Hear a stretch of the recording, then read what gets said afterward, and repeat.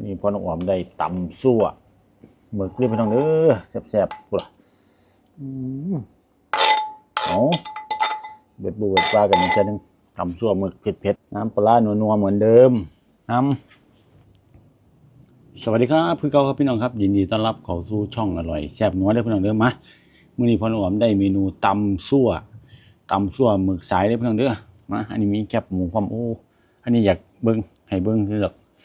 มาละพ่อน้องออมปลูกเองสดๆกวนบ่ทันได้นั่นอยู่ถึงยอดมันนี่ยอดมันพ่อน้องออมไปเก็บมาเหมือนกันสดมาบ่ไปเว้าหลายอย่าห้างสำหรับพ่อน้องออมก่อนจะกินกันพูดล่ะมันก็เสียงรถแก่ว่ากินข้าวแซ่บกันนะน้ำ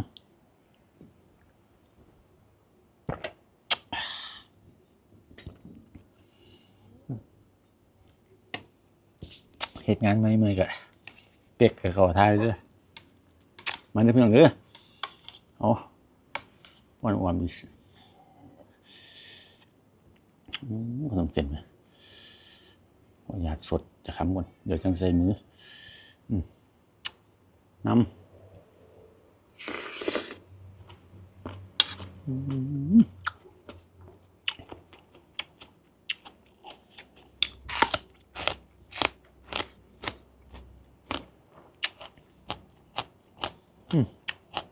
ว่าแต่ไม่ชอบนะน้ำปลาหัวขนาดมันละกรอบ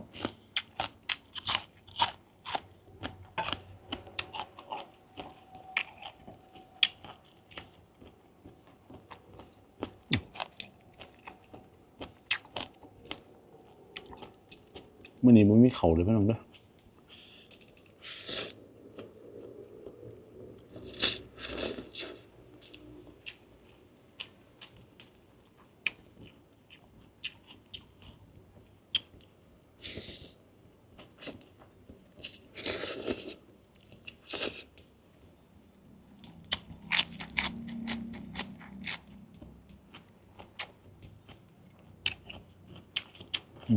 ลืมบอกเลยนะผัก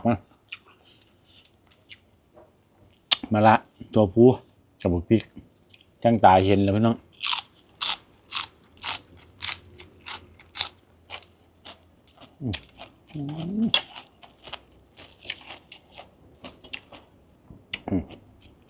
ยอดมาละมีหอดน้อยอ่อนเอาง้ำมาใส่อีก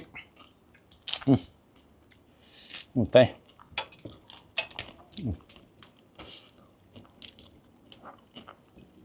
ปุ่มใส่บาดเลยปลาหนึ่งเนาะ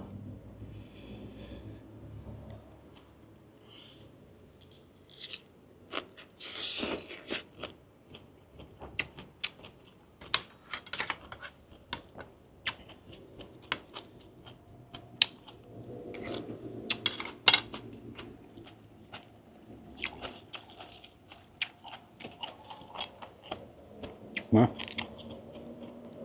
หัวหมุนเจ็ด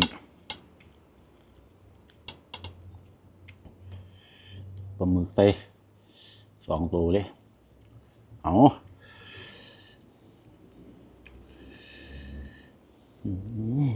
แจกหน่อยมีเต้ป่ะน้ำ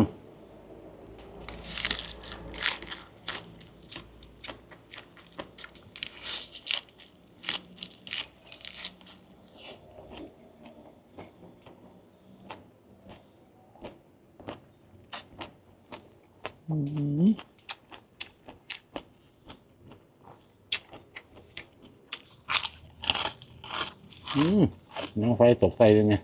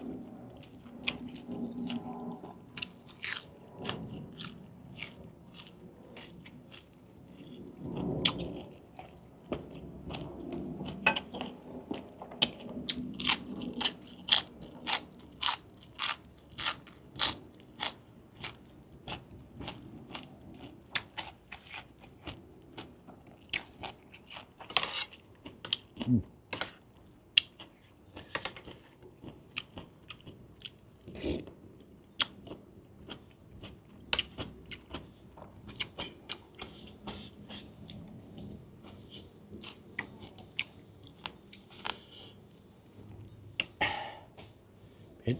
น้ำ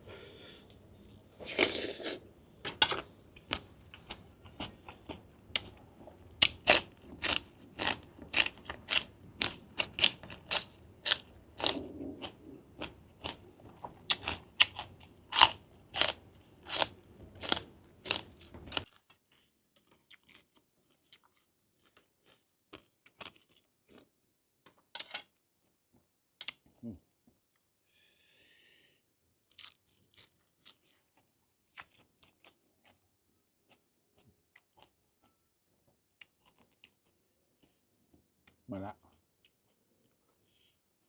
ปลูกเองกรอบฟังเสียงกรอบทำได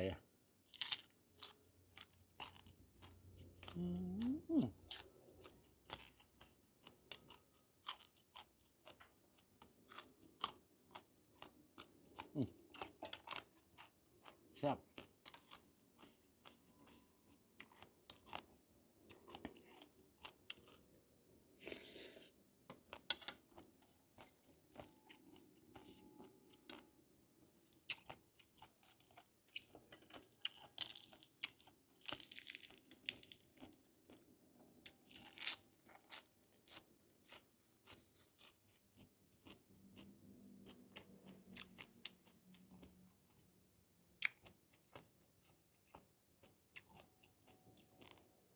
ขออย่าตเตะมือพี่น้องเลย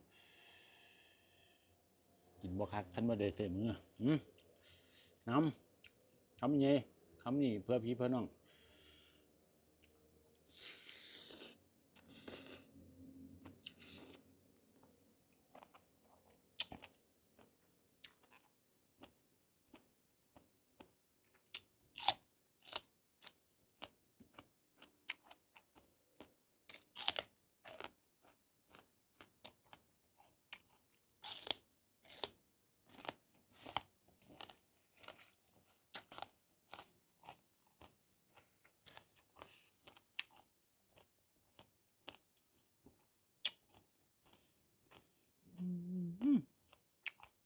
แซ่บ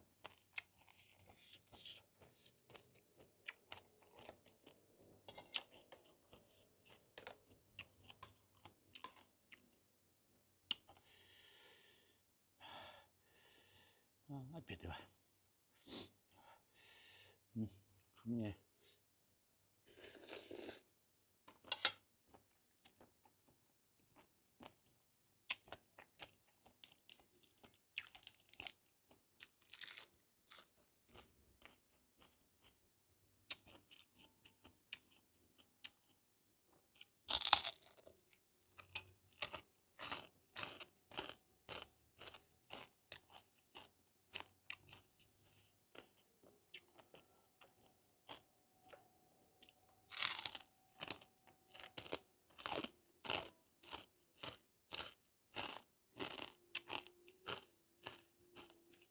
จากล้องอยากน้ำเลยพี่น้องมาเนี่ย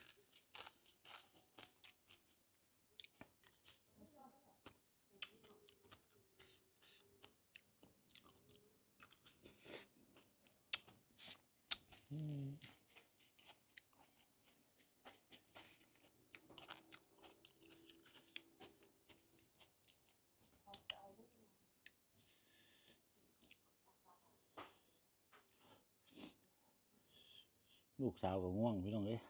ลูกสาวมานั่งถ่าไปนอนแม่เป็นตากล้องให้แม่แม่น้องออมไปแล้วเดี๋ยวพ่อน้องออมหมดน้ำ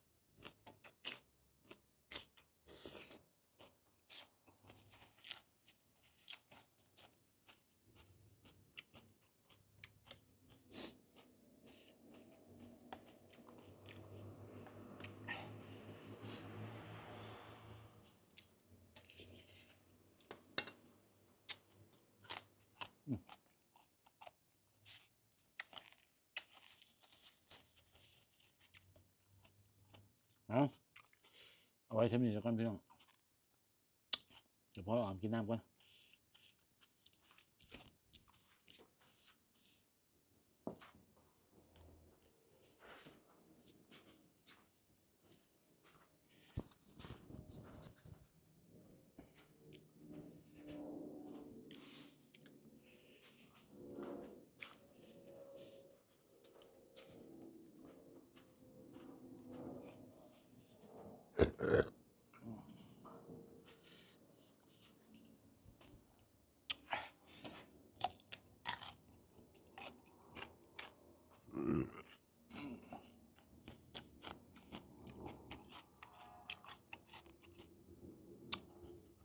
โอ้วันจะกินน้ำนะเผ็ดกินหมึกแดงแล้วกัน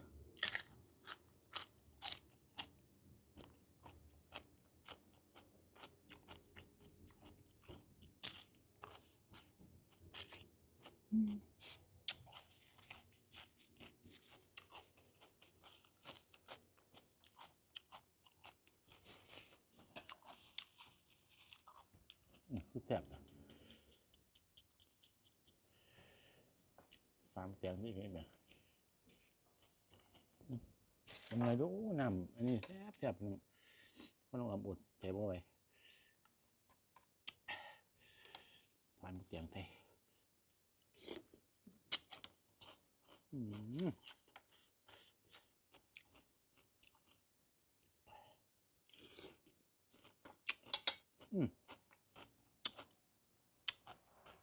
ไม่มันแซ่บมื้อหน้าเดี๋ยวพ่อออมตำแตงดีกว่าพี่หน้าตำแตงเลยกินตำแตงใส่น้ำปลาโอ้มันได้กินโดนด้วยกันเอาพ่อออมกินน้ำกัน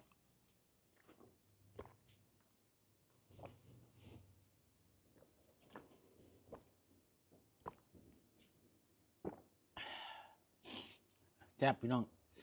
ตำชั่วหมึกซึ่งเผ็ดซึ่งแซ่บซึ่งนัวอร่อยแซ่บนัว